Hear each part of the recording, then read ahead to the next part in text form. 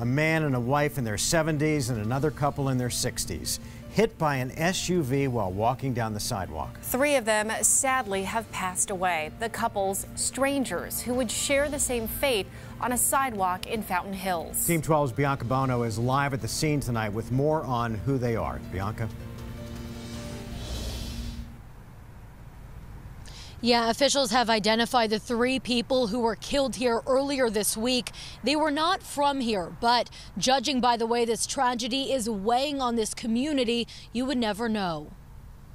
The scenic views of Fountain Hills serving as a mere backdrop for this community in mourning. That one was a little tough. It's not the usual. Tiara Olney of Rural Metro Fire was the first person to respond to the gruesome scene. 4 people who had been walking on Saguaro Boulevard struck after a driver veered up onto the sidewalk, crashing into them. Emotion gets set aside and until the end, until we know that the job has been completed, and there was a lot of work to be done. Despite her best efforts, along with help from other first responders and random strangers, 3 people died. Karen and Robert Bonta, a couple from Iowa, along with Patty Dornbos from Canada.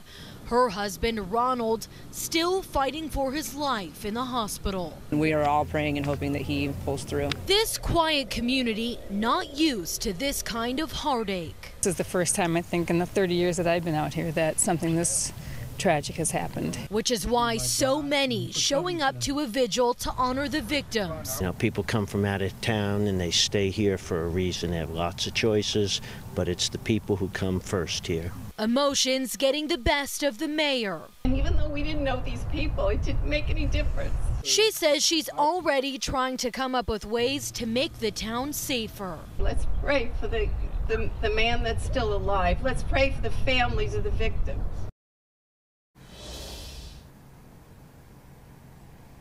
And officials are still trying to figure out what caused this crash, but they have already ruled out impairment and speed. The 27-year-old driver has not been charged. We're live in Fountain Hills. Bianca Bono, 12 News at 10.